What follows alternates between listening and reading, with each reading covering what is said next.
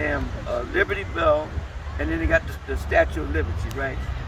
When he's talking about freedom and justice for all, we listen, but he wasn't thinking about us, okay? No. But he used that to keep the carrot dangling in front of him, okay? Republicans don't say we don't want you.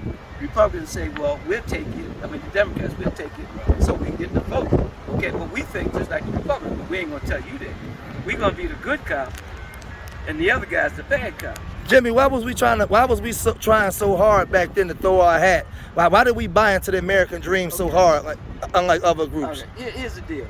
When you come to this country and you don't have no rights at all, okay? Your brother next to you can't give you water.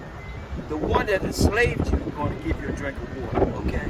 So when you're thirsty, okay, and you ask your brother for some water, and he said, man, I ain't got no damn water, you're going to say, F you. And here come the white man with some water. Okay. Now here's the good white man. Okay. He's gonna feed you some water. But you can't get no water from your brother. So right away, the man calls your brother an enemy. So you look at him like an enemy. Okay? He can't do nothing for you. Okay? So that's the beginning of our mentality. We don't see each other as helping one another. We always look to our father, the white man, the one that enslaved us, the master, that gives us things. He gave us the food. He took the chains off of us. Okay? He gave. Okay? What do you get from your own people? They don't have nothing to give. Okay? So when we do get, we still have the same mentality. So because of that, for so long, we don't see the relevance in our own people. We still have the same mentality. We try to get away from the brother that couldn't give me no water. We want to move where the guy that gave me some water. And that's the American dream. Yeah, that's the dangling carrot. So let me ask you a question, because in the conversation that we spoke about.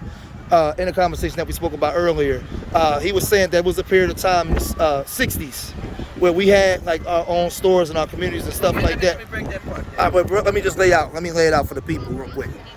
And I spoke about, in today's time, our best, our most educated, as Carter G. Woodson even said 100 years ago, our people, but you just answered the question, we don't give a damn about our own people. So I'm gonna lay it out and then I'll give it right to you.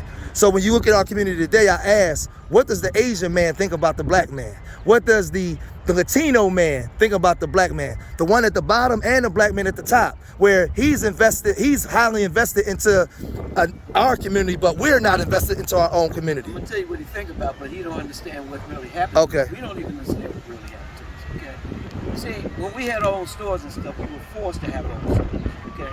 Because we wasn't able to integrate. Okay, it was segregation. You had your own bathrooms, your water things. It was colored. Wait, real fast. Did you see that when you was a kid? Oh yeah, I seen it when I was 13 when I went down south.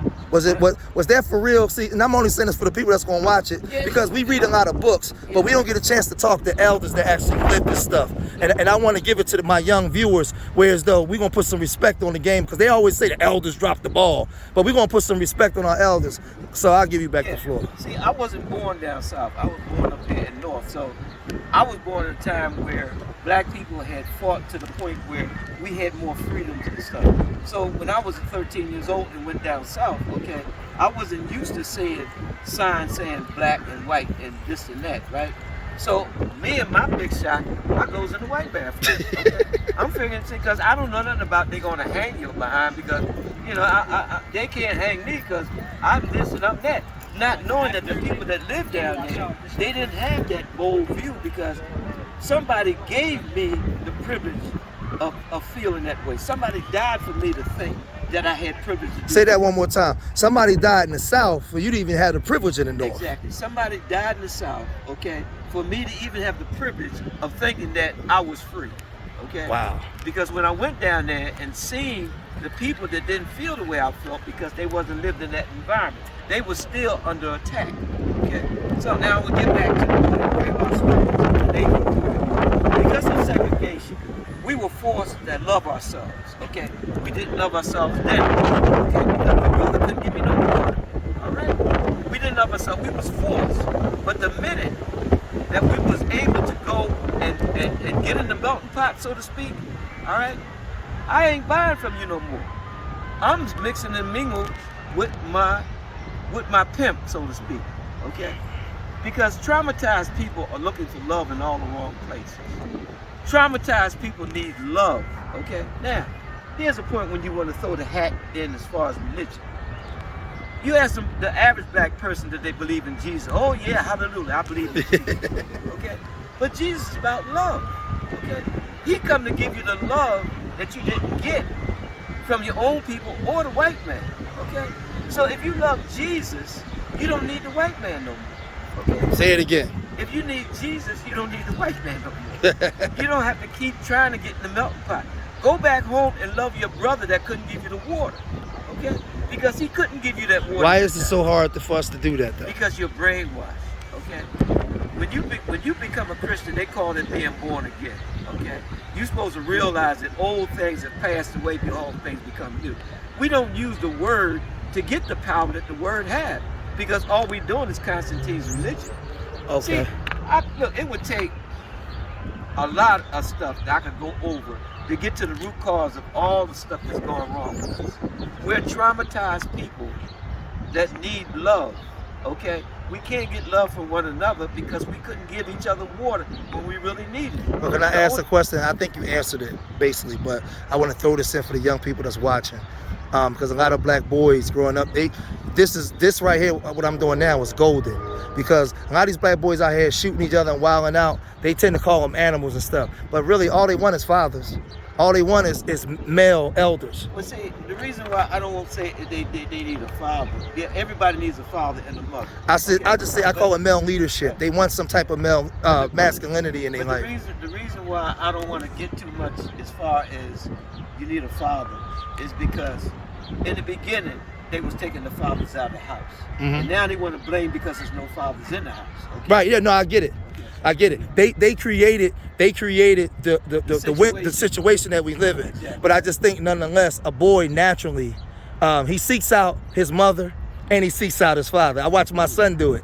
He seeks out that masculine energy when he needs it, and when he wants his mother, he seeks out his mother. So what happens is young men, they need that male companionship. That's why they form little groups. Yeah. Okay. But then people take advantage of those groups as they form. Yeah. Like older guys that are trying to exploit them because they try to get money and trying to, get whatever they can get. So we use each other. Can you speak to what we talk about? Like, one thing I have a problem with, what we was talking about before I turned the camera on, where a lot of elders castigate or talk down on their children. Basically, I call them their children. The children that's destroying the community today is basically our children. Well, and the reason why is because we don't analyze how this shit started. Okay. We always try to fix it where it's at. You got to understand the psychiatry and the spirituality of why we're in the situation we're in. I'm not talking about religion. Yes. Okay? Because religion is keeping us from seeing the spiritual power that we really have, of who we really are. Okay. We're made in the image and likeness of God. Okay. We're not African American or American. We're God. We're made in the image and likeness of God. Once you understand who you are inside, I'm not talking about from a religious standpoint of view. Right. Okay? All these here Baptist methods, all that stuff, that comes from Constantine. Okay. So we got to know who we really are as beings. Right. Okay. So I say in closing, it's about to be 9 minutes in closing, they were saying about voting, and I went on to say that, well, a lot of young people don't want to vote because when you out in the street and you're talking to these young people, they'll tell you, man, I'm 18 years old. Since I was 4, that same abandoned building been there. Let me just lay out, and then that way you can lay it. I'm gonna give it right to you because I want them to hear from you, but I want to lay out the question. I'm putting out the questions that they say to me, right? And they'll say, well, that same abandoned building been there. And I watch these black leaders come here and they come and to try to get us to vote. Then they'll never come no more. They come every 4 years. You don't never hear them. And I often say that the best of every group is supposed to build communities, right? Because you see it in every other group.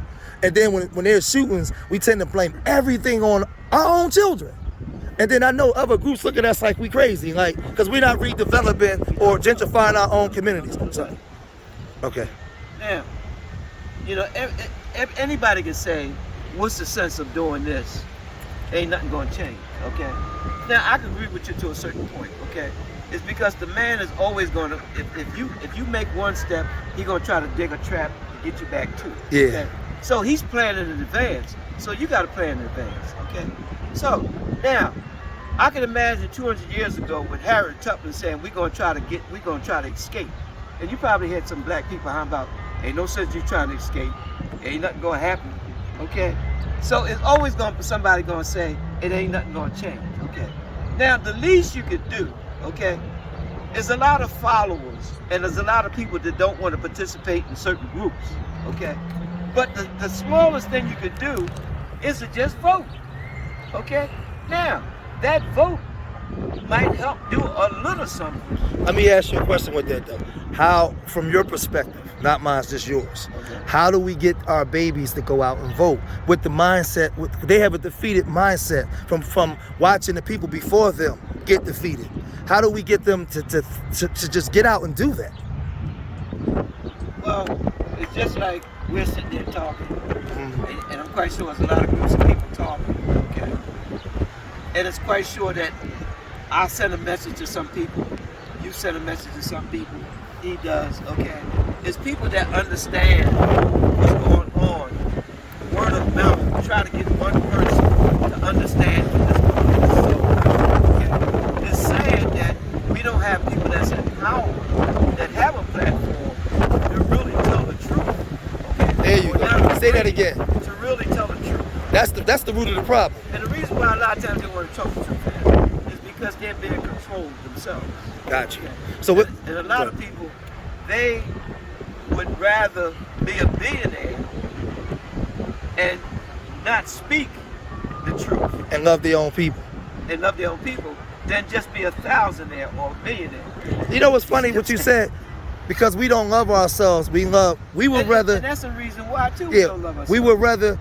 I would rather make $30 million than make $3 million and take it back to my community Right. and let my community make the other 27 million. Because we don't understand. See, we're dealing, I don't care if you got a college degree, if you're the president of the United States. If you don't understand who you really are and what happened and what this man is doing.